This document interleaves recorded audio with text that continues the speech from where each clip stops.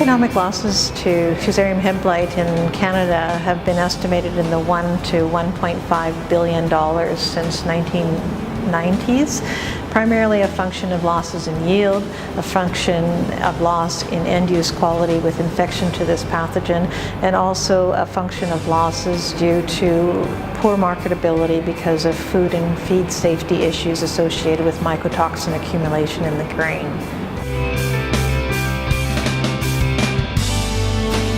The resistance ratings for seed guides are developed through the variety registration process.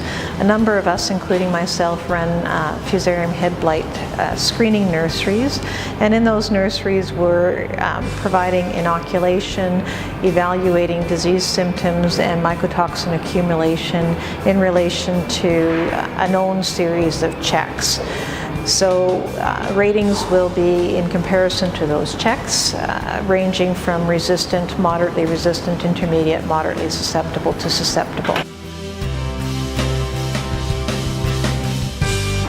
The Fusarium head blight risk maps will provide some information in terms of potential risk of Fusarium head blight infection. Part of the reason for that is that the environment is very important in order to ensure that the pathogen has a risk of infecting, and that is related to moisture and how much significant rain events prior to flowering of the crop, which is the most susceptible stage of the crop. Also higher temperatures, so temperatures in the 16 to 32 degree range, and nighttime temperatures above 10 degrees. All of those factors will promote the potential of that pathogen being able to infect that crop in the field. So farmers can look at those maps, look at the stage of their crops, and then determine whether there's a high, medium, or low risk of infection for Fusarium.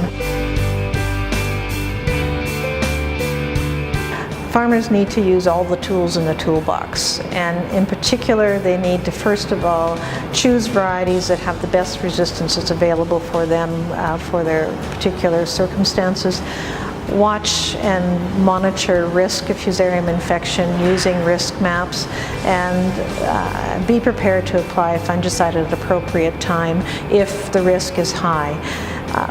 Other management practices such as practicing good crop rotation, residue management, and harvest management can help reduce the Fusarium head blight as well, but it is all very much of a cumulative effect. Each little factor on its own will not control Fusarium head blight, but with the combination of those practices, farmers can have a much better result than they would otherwise.